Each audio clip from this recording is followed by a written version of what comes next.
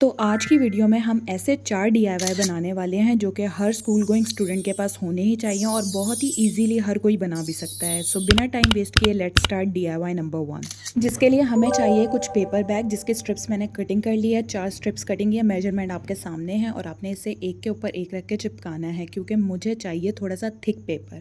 मेरे पास था नहीं तो मैंने ये जुगाड़ लगाया है इसे थिक करने के लिए क्योंकि मैं बना रही हूँ एक ऐसा बुकमार्क जो कि खूबसूरत होने के साथ साथ बहुत स्टाइलिश भी है और बहुत ब्यूटीफुल भी है। तो आप इस प्रोसेस को देख ही रहे हैं क्योंकि अपने हाथ से बनाई हुई चीज़ ऐसे दिल को पसंद आती है ना, जब जब उसकी तरफ आंखें जाती हैं तो दिल में एक खुशी होती है कि ये मैंने बनाया है और मुझे यकीन नहीं आता कि क्या ये मैंने वाकई बना लिया। तो जहाँ पे आपको रफ एजेस दिख रही हैं उसे कटिंग कर लें। और ये जो वॉशी टेप्स आप देख रहे हैं ये मैंने खुद डीआईवाई किया है। इसकी वीडियो मेरे चैनल पे अपलोड है, आप जाके देख सकते हैं। पहले तो मैंने सोचा क्यों ना इस पे कोई फनकारी की जाए और इसको इस तरीके से रखा जाए, फिर ये मुझे पसंद नहीं आया तो मैंने इसे डिफरेंट एंगल्स पे रख के काफ़ी बार देखा, मुझे ये सबसे अच्छा लगा तो मैंने कहा क्यों ना इसको इसी तरीके से बना लिया जाए। तो मैंने इस पे वॉशी टेप कुछ इस तरीके से लगा दी। अब बारी है इसकी फिनिशिंग करने की और इसे डेकोरेट करने की, जिसके लिए मैंने ये व्हाइट कलर लिया और इसको आपने एजेस पे सिर्फ कलर करना है। एक तरफ हाफ एजेस पे आप व्हाइट कलर करेंगे और दूसरी तरफ हाफ पे आपको पर्पल कलर चाहिए होगा। इसको अच्छे तरीके से नीट कलर करें और ये पेपर पे कलर बहुत अच्छे तरीके से हो जाते हैं, ज़्यादा तामझाम करने की ज़रूरत नहीं होती। आपने अच्छे तरीके से बस कलर रब करने हैं। दूसरी तरफ हाफ साइड जहाँ कलर नहीं हुआ है वहाँ आपने पर्पल कलर कर देना है। इसी तरह ऑल्टरनेट यानी हाफ वाइट हाफ पर्पल।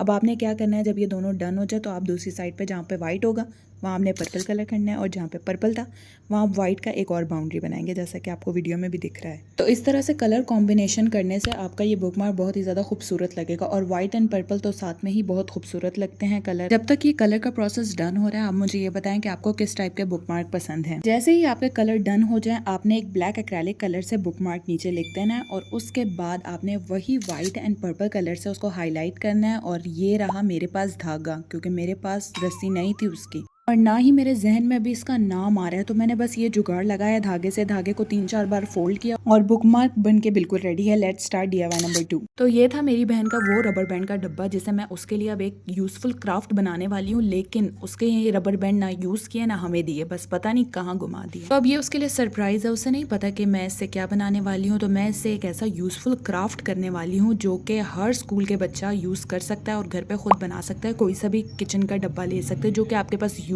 में ना हो। यहाँ तक प्रोसेस देखने के बाद आपको इतना तो ज़रूर पता चल गया होगा कि मैं बना क्या रही हूँ। तो मैं एक शार्पनर होल्डर बना रही हूँ ताकि वो इसमें पेंसिल जब भी शार्प करे तो उसका कचरा इसी में रहे, क्योंकि वो जगह जगह इधर उधर घर में फेंकती रहती है और फिर हमें डांट पड़ती है। 50% काम डन। अब बारी है थोड़ा सा इसको और डिटेल देने की। तो ये आपको दिख ही रहा है कैट की तरह है, तो मैं इसे कैट की थीम पे ही रखूंगी और इस पर पहले जेसो अप्लाई किया क्योंकि प्लास्टिक पे पेंट नहीं स्टे करते, इसीलिए जेसो लगाना जरूरी है। जेसो लगाने के बाद आपने वही जो पिंक कलर जहाँ हुआ था ईयर्स पे आपने पिंक कलर कर देना है। सो बातों ही बातों में मैं आपको इंपॉर्टेंट पॉइंट तो बताना भूल गई कि आपने जो शार्पनर के लिए होल करना है उसे आपने किसी बड़े की मदद से कटर के जरिए अच्छे तरीके से होल कर देना है। और अगर आप छोटे हैं तो आप बड़े की हेल्प लें और अगर आप बड़े हैं तो आप खुद कर सकते हैं। हमारी क्यूट सी कैट बन के बस तैयार होने वाली है। उसके नोज बनाना है और चिक्स पे थोड़ा पिंक पिंक भी तो करना है ना, उसको ब्लश ऑन भी तो लगना चाहिए भाई, पता चलना चाहिए वो क्यूट है। तो अब बारी है इसे यूज करने की, क्योंकि मैंने B7000 ग्लू यूज की थी, वो बहुत ज्यादा स्ट्रॉन्ग होती है इसीलिए स्ट्रांगली चिपका हुआ है और ये बहुत ही यूजफुल है। हमारा शार्पनर बिल्कुल क्यूट सा रेडी तैयार है।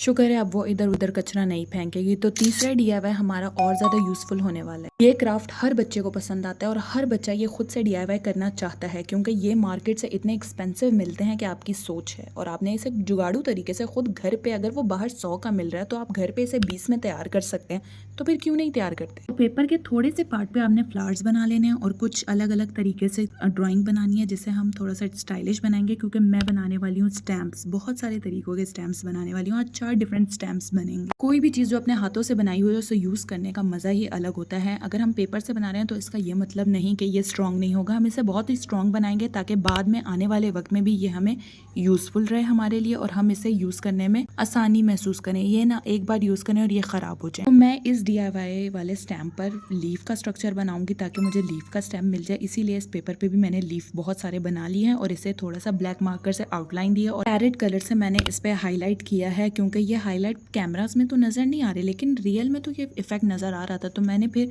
इस एक्रेलिक कलर का लाइट शेड उठाया, पैरेट कलर का यानी ग्रीन कलर का ही लाइट शेड उठाया, उसे थोड़ा सा हाईलाइट किया।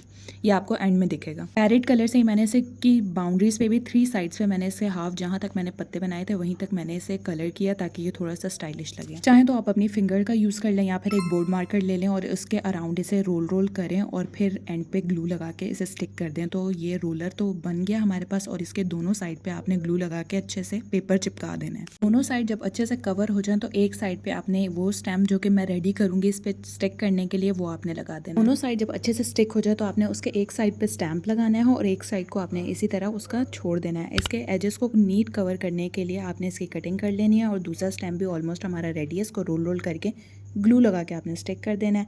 और जो स्टैम्प्स बनाने हैं उसके लिए ये डिस्पोजेबल किट मेरे पास रखा हुआ था, इस की कटिंग कर लेंगे चारों साइड से, इसको स्क्वायर में कट कर लेंगे और अब इस पे स्टैम्प के जो भी बनाने हैं वो ड्रॉ करेंगे और कटिंग करके स्टैम्प्स मैंने चिपका लिए हैं। अब ये चारों स्टैम्प बिल्कुल रेडी हैं। टेस्ट करते हैं इनको। आप देख सकते हैं ये बिल्कुल सही तरीके से काम कर रहे हैं। आप इसके लिए वाटर कलर भी यूज़ कर सकते हैं। एक्रेलिक पेंट में थोड़ा सा पानी डाल के मैं यूज़ कर रही हूँ और स्टैम्प्स को आप चाहें तो इसे एक मार्कर्स भी फेर के इसको हल्का सा पानी लगा के इसे स्टैम्प को यूज़ कर सकते हैं। अब last but not the least DIY number 4। तो इस वाले DIY में हम एक ज्योमेट्री बॉक्स जो कि टूट गई है उसको हम 3 तरीकों से यूज़ करेंगे। इसको हम एज अ मेकअप होल्डर भी यूज़ कर सकते हैं, पेंसिल होल्डर भी यूज़ कर सकते हैं एंड ब्रश होल्डर भी यूज़ कर सकते हैं।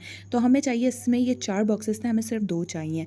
तो उसके लिए मैंने सबसे पहले थोड़ा सा वॉल पुट्टी, ग्लू और पानी को अच्छे से मिक्स करके एक पेस्ट बनाया और इसमें थोड़ा सा एक्रेलिक कलर भी डाला।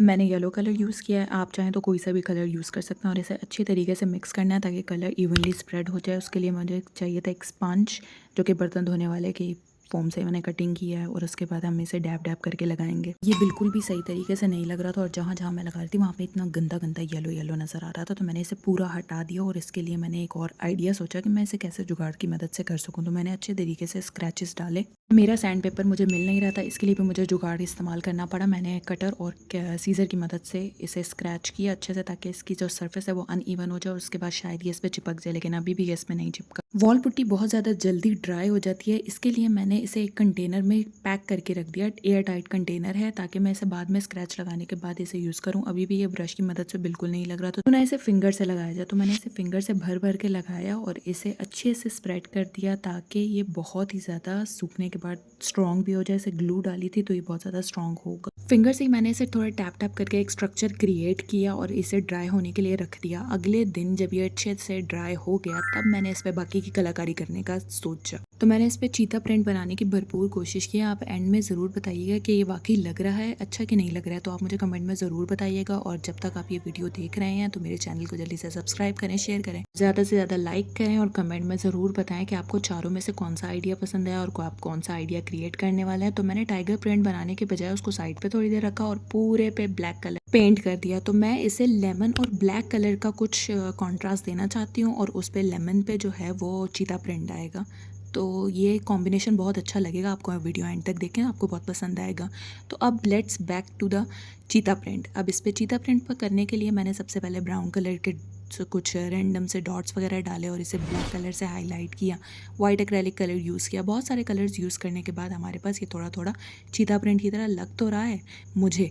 आप कमेंट में बताएं कि आपको किसकी तरह लग रहा है। अच्छा, ये ब्राउन कलर और ब्राउन कलर के साथ जो मैंने ब्लैक कलर की आउटलाइन की है थोड़ा सा डल हो रहा था और प्रोमिनेंट नहीं हो रहा था, जिसके लिए मैंने लाइट ब्राउन कलर की शेडिंग की इस पे। अब ये बिल्कुल रेडी हो चुका है, 90% ऑलमोस्ट रेडी है। बस अब बारी है इस पे जेसो लगाने की। जेसो से ये सिक्योर हो जाएगा, इसके पेंट नहीं उतरेंगे। हर जगह आपने जेसो लगानी है। मेरे पास थोड़ी जेसो थी तो मैंने एक और जुगाड़ लगाया। ये DIY वन डिश बनाने के लिए आपको 2 इंग्रेडिएंट्स चाहिए होंगे, एक ग्लू और एक वाटर। दोनों को इक्वल अमाउंट में लेकर अच्छे से मिक्स करना और तब तक मिक्स करना जब तक इसके सारे लम्स ख़त्म हो जाएं। तो ये बनके DIY वर्निश तैयार हो जाएगा। इसे 3-in-1 कंटेनर में अच्छे तरीके से हर जगह इवनली स्प्रेड करें और इसे ड्राई होने के लिए कम से कम हाफ एन आवर दें ताकि ये ड्राई हो जाए, क्योंकि ग्लू जो है वो ड्राई होने में थोड़ा टाइम लेती है। जब ये अच्छे से ड्राई हो जाएगा तब ये बिल्कुल स्ट्रॉन्ग हो जाएगा, जैसे वर्निश का ही काम करेगा। ये आपके पेंट्स को इस पर से उतरने नहीं देगा। तो हमारा DIY 3-in-1 कंटेनर रेडी है। ये रेडी है। Are you ready? तो let's go for cinematic shot.